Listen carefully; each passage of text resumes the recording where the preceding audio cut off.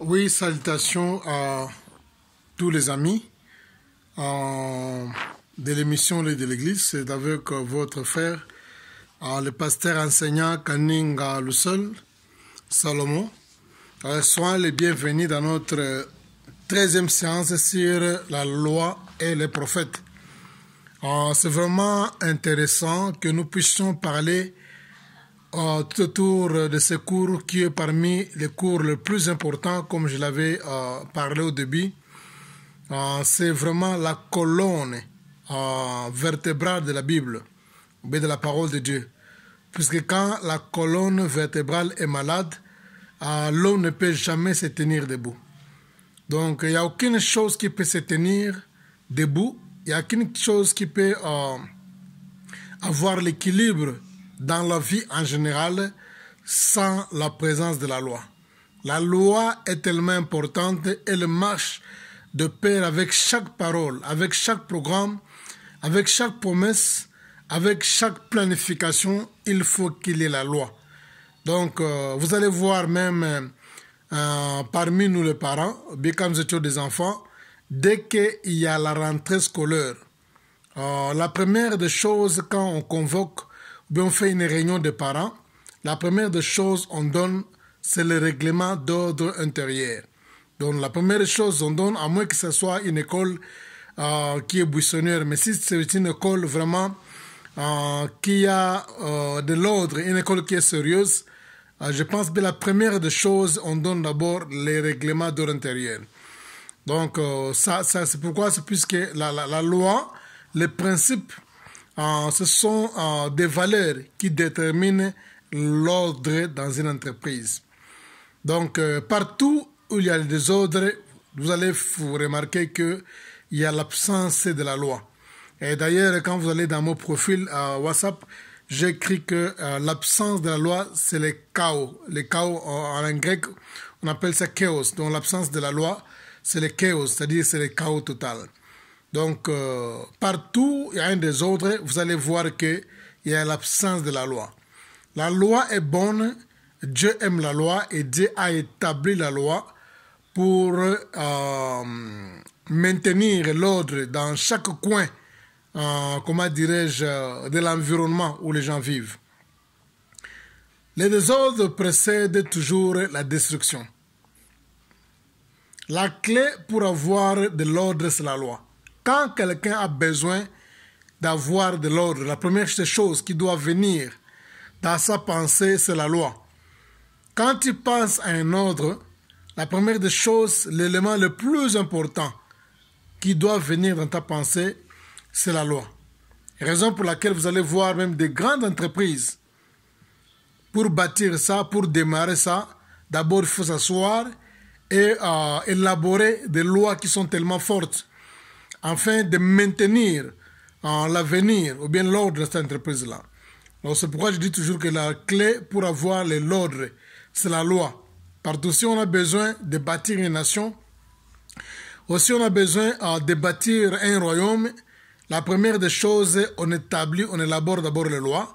Après, maintenant, le reste vient après. On n'a pas besoin d'abord les chefs de gouvernement, les ministres, tout concernant.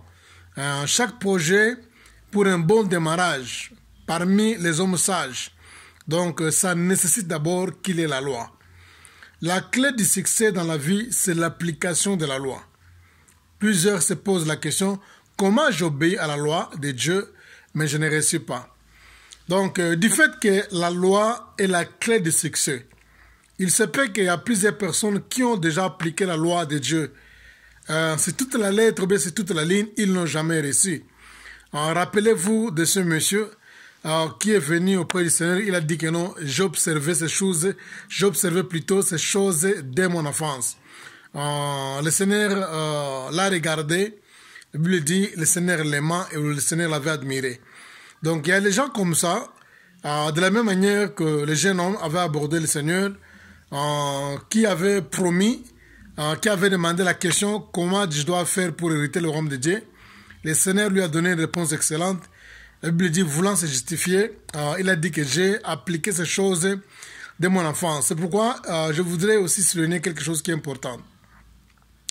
Il y a les gens qui obéissent à la loi de Dieu, mais qui ne réussissent pas. Il y a plusieurs personnes qui se posent la question, comment expliquer pendant plusieurs années, j'ai toujours obéi à la loi de Dieu, mais je ne réussis pas. Quand tu sèmes une semence le soir, le matin, ça ne peut jamais croître. Ou peut-il jamais avoir les attentes d'avoir une croissance le même jour ou tu récoltes aussi le même jour. Elle est toujours là en train de fonctionner. Donc, du fait qu'une personne peut prendre une semence, il met ça sous le sol. Il donne la moisture et que la semence ne sort pas, ça ne signifie pas que non. En cette semence-là, bien que c'est invisible, c'est caché sous le sol, ça ne signifie pas que non, ça ne fonctionne pas. Elle est là, mais elle fonctionne sous le sol. Elle est en train de se développer sous le sol. Viendra un temps, ça va paraître. Donc, du fait que rien ne se fait, pendant ce temps que tu as semé, tu observes et rien ne se passe, ne pense pas que non, il n'y a pas vraiment quelque chose qui promet, non. La semence est là, elle fonctionne, elle progresse, elle croît, mais sous le silence, sous le sol. Viendra un temps où ça va paraître. Donc, du fait que tu ne la vois pas, ça ne signifie pas, ou bien ça n'annule pas que nous voilà, la semence n'existe pas. Elle est là, elle existe. Donc, parfois, ça demande de la patience, mais il faut demeurer fidèle. C'est pour autant dire que tu peux appliquer la loi de Dieu, tu peux obéir à Dieu, tu peux observer les lois de Dieu, tu peux rester fidèle aux lois de Dieu. Cela ne signifie pas que ça peut te garantir, comment dirais-je, un succès dans un bref délai, non. Cela ne garantit pas que non, tu vas réussir le même jour, le bien à la même période, non. Ça demande de la patience. Ça demande aussi du temps et il faut toujours demeurer fidèle jusqu'à ce que tu vas voir son apparition. Donc, l'observation de la loi, comme je l'avais dit que non, comme quelqu'un qui plante une semence et tu donnes la moisture à cette semence ici et tu as le temps de l'observation. Donc, du fait que rien ne croit, ça ne signifie pas que non, la semence n'existe plus, non. Elle est là, mais elle est en train de croître, de se développer dans le silence. Jusqu'au jour que non, ça va se faire apparaître. Donc, c'est de la même manière avec ceux qui craignent Dieu. C'est comme ça que les choses marchent dans le Seigneur. Donc, vous devez toujours rester obéissant. Vous devez toujours demeurer fidèle à Dieu. Quand vous appliquez la loi, vous continuez toujours à être fidèle. Et jusqu'au temps convenable, le Seigneur est en train de travailler dans le silence. Dieu ne travaille pas dans le bruit, il travaille dans le silence.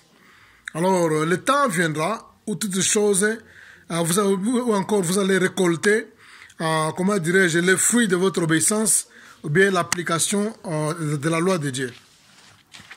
Quand tu commences à obéir à Dieu, les choses ne commencent pas à fonctionner immédiatement. Ça, c'est tellement important. Du fait que vous obéissez à Dieu, il ne faut jamais rêver que non, vous devez voir les choses obéir, les choses fonctionner immédiatement. Et ça marche avec la vitesse de votre âme ou bien la vitesse de votre désir. Non. Il faut toujours être patient. Mais elle est en train, la semence, elle est en train de voler dans le silence.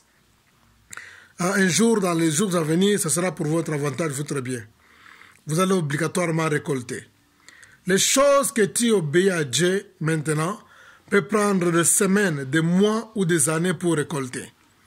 Donc, le fruit de l'obéissance de la loi peut prendre, c'est une semence, ça peut prendre des semaines, ça peut prendre des mois, pourquoi pas aussi des années pour récolter. Donc, ce n'est pas obligatoirement que tu vas récolter ça immédiatement. Il y a ce qu'on appelle la mise en observation. Donc, ça prend du temps. Quand tu gardes la loi de Dieu, tu ne sens plus la culpabilité, c'est ça l'avantage. Donc, quelqu'un qui garde la loi de Dieu, il n'a pas la culpabilité en lui.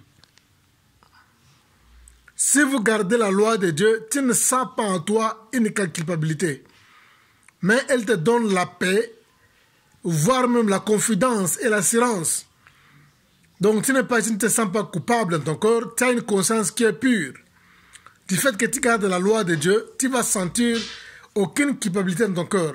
Et aussi, tu vas te sentir dans la paix Et tu as une très grande confidence et tu as l'assurance que non, voilà, coûte que coûte, les choses marcheront. C'est comme si quelqu'un qui va s'aimer, comment dirais-je, dans une bonne saison. Quand il rentre chez lui, il se relaxe. Il a vraiment l'assurance, il a vraiment la confidence, il dort dans la paix, sachant que non, ce qu'il a semé, il a respecté les saisons, il a respecté la loi de la semence, il a respecté les saisons. Il a l'assurance que non, ça prendra du temps. Après, maintenant, il va récolter. Maintenant, nous allons parler sur les sortes de lois. Maintenant, nous allons parler sur les sortes de lois. Nous avons deux sortes de lois. La première des lois, nous avons les lois rituelles, qu'on peut appeler encore les lois qui sont secondaires, ou bien un système qui est temporaire, qui exige un programme pour une correction, ça demande une correction. Donc des lois qu'on corrige de temps en temps, qu'on modifie de temps en temps, comme les concessions des pays. Alors, ce sont des lois qui sont rituelles, qui sont secondaires, qui sont temporaires, puisque de temps en temps, on peut réviser ça. On appelle ça les lois rituelles, les lois secondaires. Ou encore un système temporaire qui exige une correction. Eh bien, mais on crée des lois rituelles, des lois secondaires, ou bien des lois qui sont temporaires avec l'objectif de la rédemption. Donc, ça peut vous aider pendant une courte période. Je peux donner l'exemple, par exemple, de la machine. Il y a une machine qu'on appelle la machine des poumons électroniques. Il y a des pays qui sont développés, qui ont les équipements des hôpitaux.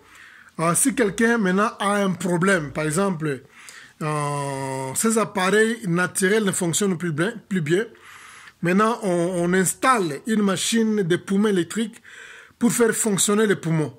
Donc l'homme, pour vivre, pour respirer et aspirer, donc les poumons doivent avoir les mouvements. C'est le mouvement des poumons qui fait que l'homme puisse aspirer et l'homme respire. Alors s'il arrive que non, l'engin naturel, bien biologique, qui fait fonctionner les poumons tombe malade, maintenant on installe un système d'une machine artificielle qu'on appelle machine des poumons électroniques pour faire fonctionner les poumons afin que quelqu'un puisse aspirer et respirer. En anglais, on appelle ça j'ai oublié encore le nom en anglais. Quand le nom va revenir, je peux vous rappeler ça. D'ailleurs, quand Nelson Mandela était malade, hospitalisé, c'est la machine qu'on avait utilisée pour animer ses poumons. Un life supporting machine. Voilà, on appelle ça en anglais life supporting machine. Voilà, c'est une loi, c'est quelque chose qui est comme une loi. Puisque c'est la loi de la respiration. Donc l'homme, pour vivre, les poumons doivent respirer, aspirer. Donc on appelle ça la loi de respiration.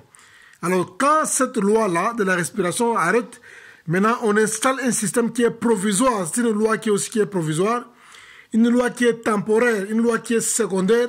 C'est pour t'aider en attendant.